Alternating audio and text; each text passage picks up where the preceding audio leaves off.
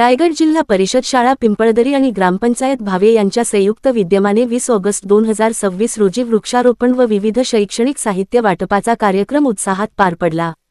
या कार्यक्रमाला पंचायत समिती महाडचे उपसभापती सुरेश महाडिक, जिल्हा परिषद सदस्या मनालीताई काळीजकर, पंचायत समिती सदस्य नूतनताई मोरे, पंचायत समिती सदस्य अनिल जाधव, शेखर राखाडे तसेच विविध मान्यवर, लोकप्रतिनिधी, ग्रामस्थ, पालक, शिक्षक आणि विद्यार्थी मोठ्या संख्येने उपस्थित होते।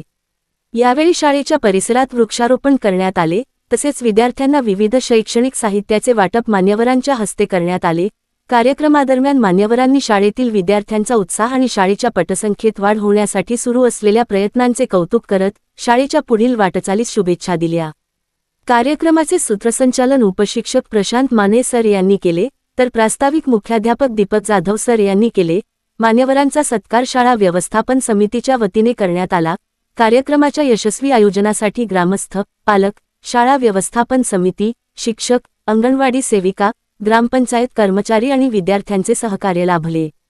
वृक्षारोपणातून पर्यावरण संवर्धन आणि शैक्षणिक साहित्य वाटपातून विद्यार्थ्यांना प्रोत्साहन देणारा हा उपक्रम निश्चितच कौतुकास्पद ठरला।